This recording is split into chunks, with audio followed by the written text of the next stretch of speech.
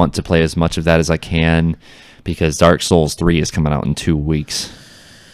I'm a Souls guy. I gotta play Dark Souls, man. I gotta play Dark Souls. I can't wait. I'm trying to resist buying it because I'm gonna. I wouldn't because you never beat a single one of them. The thing so is, it's like it's gonna be the same cycle. I'm gonna buy it. You're gonna and buy then it. Be like, wow, this is really good. This is really good. It's gonna make me love playing Dark Souls. This is gonna make me love playing a Souls game. And then I'm gonna get past maybe the first boss, and then I get to the second boss, and then I want to throw my controller. It sucks. It sucks because it's like you do it. You kill a boss, and it's so goddamn satisfying. You're like, I gotta keep playing this game. Wow, I got this down. And then all of a sudden you get to this next boss, and then you get your ass handed to you, and you're like, well, I'm done. That's what happened to me in Bloodborne. I did re-download it today. Oh. And I've been tempted to play it. Oh. But I don't want to play where I'm at right now. I'm scared because I remember the boss. Man, it's been too long. I would start it over. Like, I remember the boss that I'm at. And it pissed me off. Like, I tried... Which one? It was like this big, white, furry, like, crazy. Vicar Amelia. The what? But I'm just like, I love Souls games. I like know all the bosses and shit. Her name's Vicar Amelia. And I don't know her story or anything. But she's actually... Believe it or not, Vicar Amelia... I heard that she was not even like a main boss. She was a side boss. She is fucking optional. But I'm stuck. She's actually in the... No. It was... See, I've this heard is that even this better. Was, I've heard that she was like an optional boss. She's optional. In the DLC... The optional boss of the DLC is the hardest boss in the entire game, and it's the Cleric Beast, the first boss. He comes back, and he's like on fire. Hardest boss in the game. The Cleric Beast. The first boss ends up being the hardest boss. That first boss pissed me off, too. Yeah, but it's like I love the story in those games because it's hidden. It has a hidden story. Because not Vicar Amelia, the Cleric Beast, he's on fire. He's like laying on a throne and on fire when you fight him in the DLC. And the thing is, I guess the story is that these villagers or whatever, when you freed them, when you like ended the cycle or ended the full moon that was turning people into beasts and everybody could go outside again, the theory was that they set the Cleric Beast on fire? They tried to kill him. And he escaped or something. I thought that you killed him when you fought him. He didn't die? He didn't die.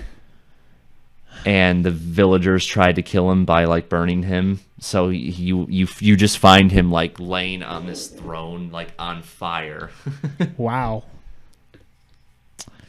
I'm never going to get to that DLC. I'm going to tell you that much right now. It is excruciatingly difficult. It's I remember facing the one in the graveyard, and that took me a long time to beat him. Father Mathis. Father Gassion is the main boss. Gassion is the main boss. Father started with a G, so we just called him Gathis. We just called him Papa Guac. That's what we called him. I can never remember his name because I just called him Papa Guac all the time. Yeah, when he transforms. But there's a thing when you find this thing called the music box. Or no, that's what you get when you find this red ribbon in the first area. You take it back to this little girl at a window. She's like all the way up this ladder.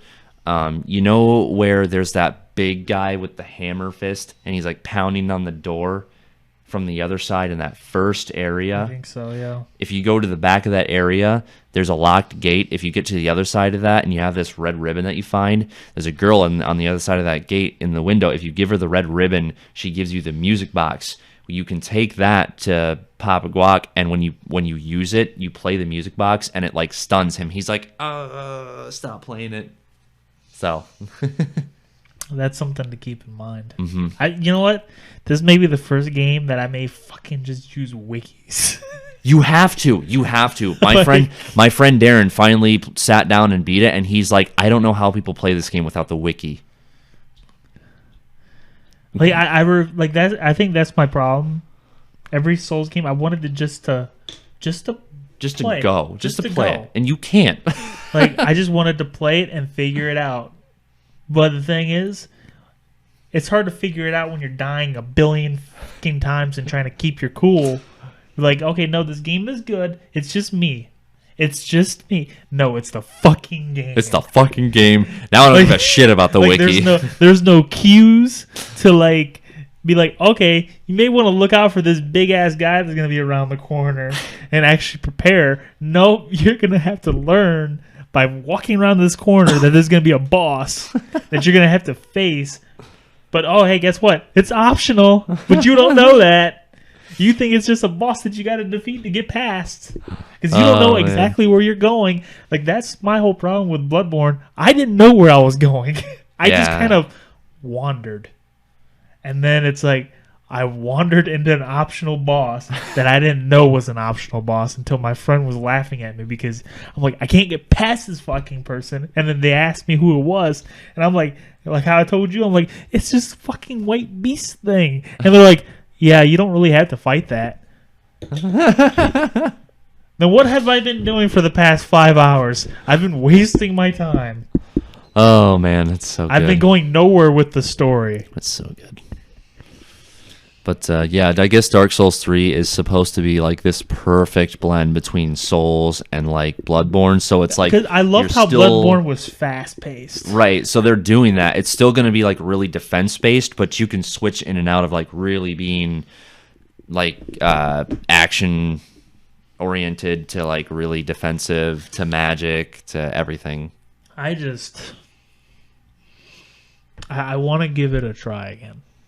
It's going to be good. It's going to be good. I want to give it a try again, but Dark Souls 2, I did not get far. I got to that fire thing where, like, you came through and it was like you're on a platform and it's nothing but lava, and then, like, it's like a fire dragon thing or something. And I was even in co-op. Oh, yeah, yeah. Couldn't beat it. I was in co-op and I could not beat it. And they're like, you gotta come on, keep playing. And I'm like, nope, can't do it. Done. Because, like, that's the thing, we were doing good for a while, no hiccups. We did other bosses, and it was okay. And then all of a sudden, we get to this fucking fire demon thing, and it's nothing. Can't fight him. Nope. And I you know what? And I will even be proud to say that I went through Sven's Fortress by myself. Nice. In the first one. I initially started to get help, but then there was a lot of lag issues, and then he was just kind of like, yeah, figure it out for yourself. So I ended up doing it by myself. Yeah. But I just can't.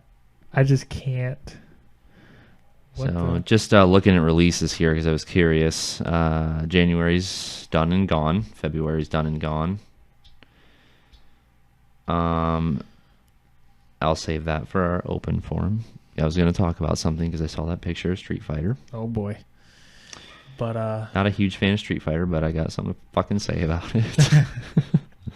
I guess, this would be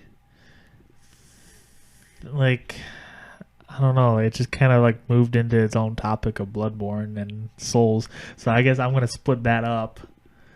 From the Division to Bloodborne. Yeah. And the Division.